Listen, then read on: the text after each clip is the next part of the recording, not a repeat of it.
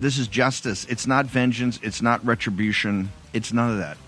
And no, John Hallman, you're one of the great wasted talents out there. You haven't worked hard enough to make the list. This unshaven show doesn't have the balls to come after Democrats and journalists now because he and his Proud Boys are cowards of the first order. And unlike the fair shake Donnie Diapers got, with grand juries, defense lawyers, and juries of his peers, and was convicted fairly with due process, this incel posse of masturbatory delight hopes that Trump will pardon them for their attacks on citizens and journalists. My ultimate and absolute revenge. What you need to remember is this new Republican Party, they want a Third Reich, something that can make up for both their intellectual and spiritual shortcomings. But the idea of Steve Bannon being the voice of revenge, it's comical. I mean, just look at him. He talks tough, but so does that crazy old guy in the parking lot at Ralph's saying Trump won in 2020. They're both weak and they're both crazy. The people that will be on the list know who they are. Know who they are. You see McCabe wetting himself, former government officials, the 51 traitors that tried to gun deck the laptop from hell. Certain members of media, like Andrew Weissman, that have worked hand in glove with the Justice Department. It's just all going through Justice Department. It's just going to go through the receipts, which every government bureaucrat, everybody in the government payrolls got to have their text messages and have to turn over all of their emails. It's just of what they did in official business. So if you didn't do anything, don't worry about it. Now, if you like McCabe and you're on TV every night wetting yourself, you should be concerned about it. I just interviewed Andy McCabe, Steve, and he's not worried about you. But this idea that the Proud Boys and Oath Keepers and other Trump co-conspirators should be making us wet ourselves, are you for real? For the record, my president isn't wearing diapers, you unshaven bum squat. You know, it's a very terrible thing. It's a terrible precedent for our country. Does that mean the next president does it to them? That's really the question. But I will say this. A second Trump presidency will hurt the very Americans who are already hurting. America's poor, white, brown, black, and the first generation will feel the wrath of these cowardly punks. This is Charlie Kirk, not very bright, making my point. I'm not exactly sure the essence of the question. Do human beings have tails? Do you have a tail? You know, I have never met anyone with a tail. I'm not exactly sure the essence. Exactly. But fetuses have tails. Kind of proves that at that phase, they are not a human being. They got tails. Humans don't have tails. We're not dinosaurs. Let me even show you a photo, if I may, okay? Do you truly, in your heart of hearts, truly believe that this is a human being? This? Without a doubt. Without a doubt? Yes. This is a dolphin fetus. So let me... Without a doubt, a dolphin fetus is... And that's what happened to all of the January 6th sycophants. We have marginalized their ignorance through science and facts, and it stings. So yeah, now they're a little pissy, but they don't have a leg to stand on. And while we have to put up with this redneck rebellion, they lack both the moral and literal fiber to hold the high ground. So their threat and calls for revenge will fall by the side. The posse's adamant. Johnson's got to go.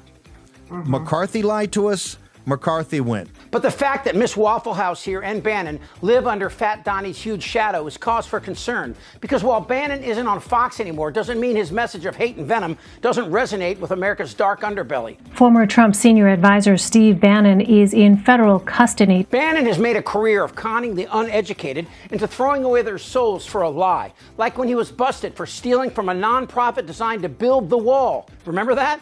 Trump pardoned him, but he's headed to jail again. And all he has left are threats. And here's what, we're not going to allow what happened in the first term to happen in the second term. We're not going to allow the deep state, the Praetorian Guard, to determine what President Trump's going to do. And yes, what you're forgetting about the public service accord that the attorney talked about is they're going to use the law to do that, and we're going to take away billets, not individuals. We're going to watch this, repeat this, make this, internalize your karma. Internally, internalize this, internalize it. People on the left, people in the government. We're taking apart the administrative state, the Leviathan.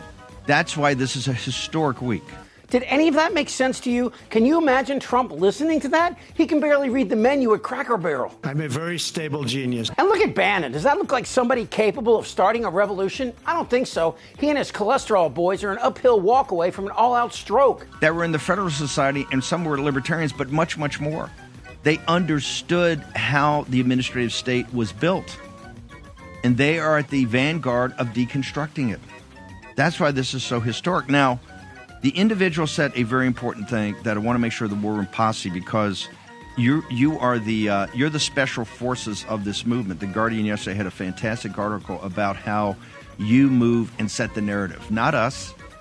We have tremendous hosts and co-hosts and contributors and people that work in our newsroom, and obviously they're going to come to the forefront over the next couple of months with you and your support and you becoming a much more active participant in the show, because it's all next man up. All right, that shit is nuts, but we live in an insane world with this kind of rhetoric. While it makes absolutely no sense, nonetheless captivates the chemtrail 9/11 truther crowd into believing Democrats are drinking children's blood. Have you guys been following 4chan, Q, any of that stuff? Now, does Trump believe any of this? It doesn't matter, although Trump does have a Machiavellian manner to his method, and he will sick white supremacists on his enemies if threatened. Stand back and stand by. The next few months will determine whether or not the redneck clan of the GOP rule the day, or they rue the day they left their trailers and joined this junior high revolution. One of the points I want to go back to is, and they have to understand this, there is a huge question that has to be determined.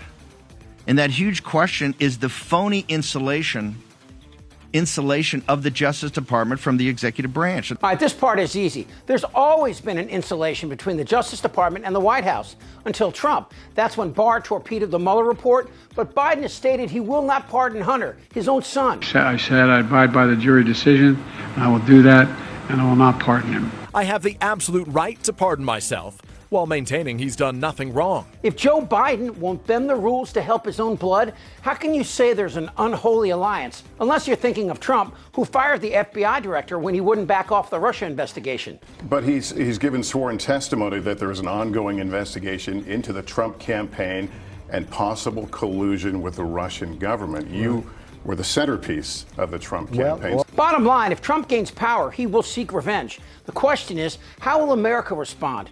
While we wait on the obviously partisan ruling on Trump immunity, we have to ask, are Thomas and Alito that compromised they'll wipe their asses with the Constitution just to get revenge on critics in the media and Congress?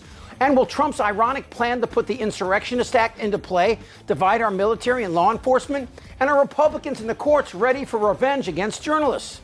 The committee has learned from the White House phone logs that the president spoke to Steve Bannon, his close advisor, at least twice on January 5th. The first conversation they had lasted for 11 minutes. Listen to what Mr. Bannon said that day after the first call he had with the president. All hell is going to break loose. Steve Bannon is headed to jail, real jail, where anything can happen, and no one cares.